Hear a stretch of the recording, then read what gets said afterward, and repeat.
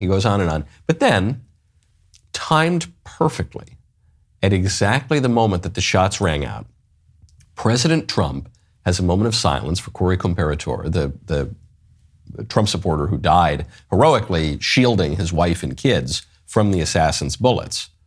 And he has a moment of silence for Corey, followed by one of the most remarkable moments in not just modern American presidential politics, but in American politics, period. It is 6/11, 12 weeks to the minute that the shooting began. I would like to ask everyone to join me in a moment of silence.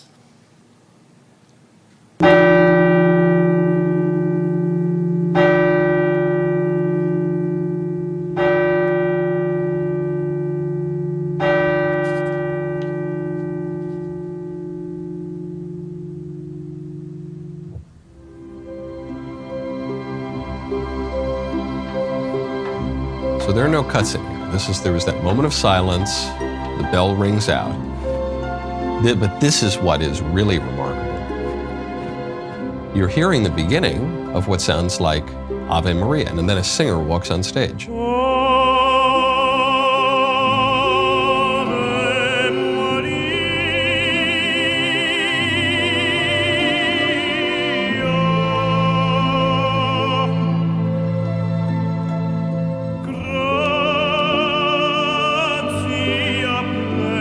There are so many people here. I don't, what is it, 100,000 people or something? I mean, you can look at the aerial views. Well, it's a lot of red MAGA hats. And they're all here, some heads bowed, listening to the Ave Maria.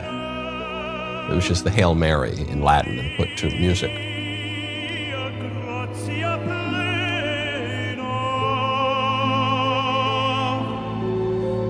I would sit here and listen to all of the Ave Maria, but we can get to the significance of it.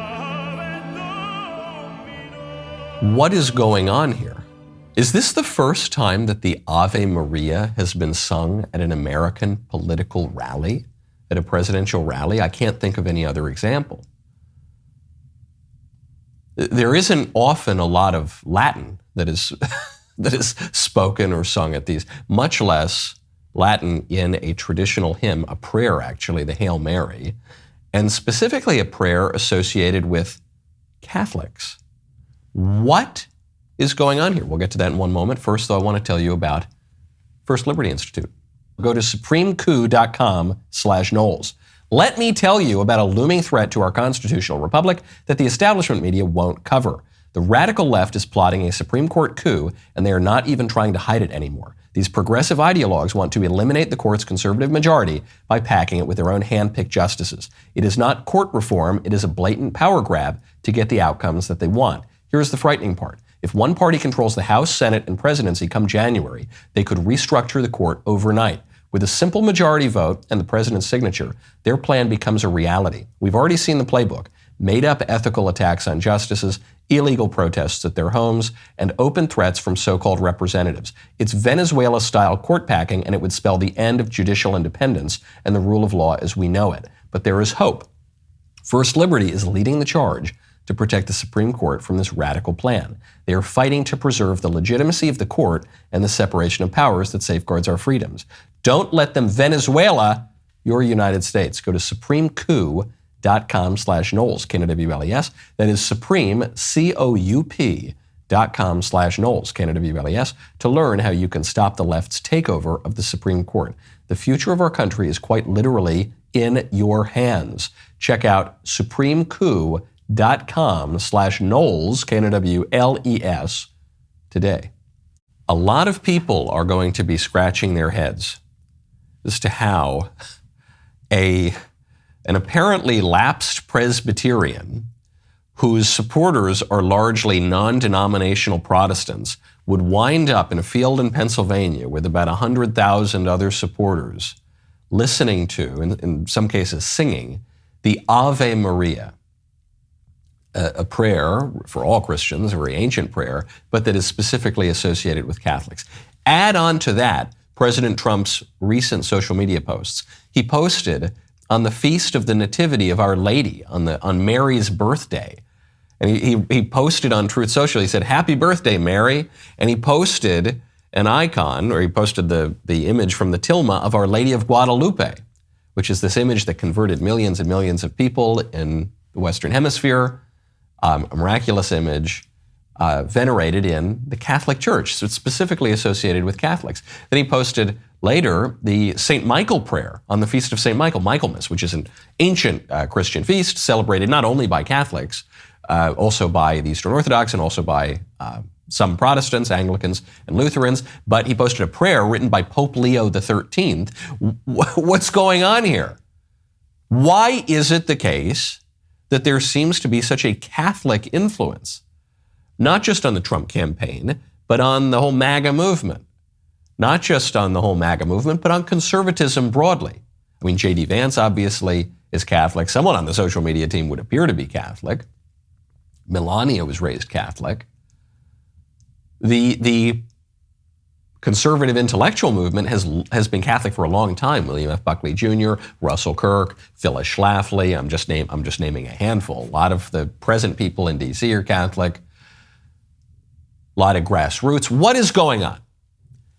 I'll tell you what's going on. This is not surprising, at least should not be surprising, if you've read your Alexis de Tocqueville, Democracy in America. This is probably the greatest read on American politics, on early American politics, written all the way back in the early 19th century. In Book 1, Chapter 6 of Democracy in America, Alexis de Tocqueville writes, "I am inclined to believe that our posterity will tend more and more to a single division into two parts, a single division religiously into two parts, some relinquishing Christianity entirely and others returning to the bosom of the Church of Rome."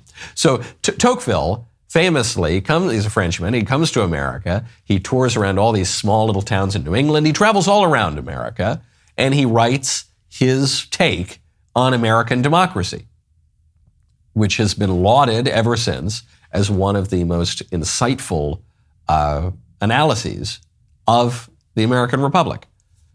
And yet, there's this little part in here, Book 1, Chapter 6, where he says, I think Americans are going to end up either Catholic or atheist. I think those are the two divisions they're going to tend toward. And as we live and breathe, we are seeing those two divisions expand. What is his reasoning? Why is it that America is going to end up Catholic or atheist? Well, his reasoning, he writes, is that men living in democratic ages are therefore very prone to shake off all religious authority. But if they consent to subject themselves to any authority of this kind, they choose at least that it should be single and uniform. Religious powers not radiating from a common center are naturally repugnant to their minds, and they almost as readily conceive that there should be no religion as that there should be several. That's his reasoning. You can take it or leave it, but that is why Tocqueville predicted that this Trump rally in Butler, Pennsylvania would sound and look like this. Now, you might say, well, there are a lot of Catholics in Pennsylvania. Sure, there are Catholics in Pennsylvania. There are a lot of Catholics in a lot of different parts of America. I don't think there being some Catholics in Pennsylvania would explain this. You don't see this kind of thing from the Mitt Romney campaign or the John McCain campaign or the Bush campaign or the other Bush campaign. This is increasing. The Catholicity of conservatism and MAGA and Trump is, at least aesthetically and at least rhetorically, is increasing. And it isn't just Trump, and it isn't just the handful of people around Trump. I'm inclined to believe that Tocqueville was right about a lot of things. And this seed was planted long ago, and history has been moving in this direction. That was a great clip. Now, hold up. Ring the bell. Subscribe to the Michael Knowles YouTube channel, and we'll see you next time.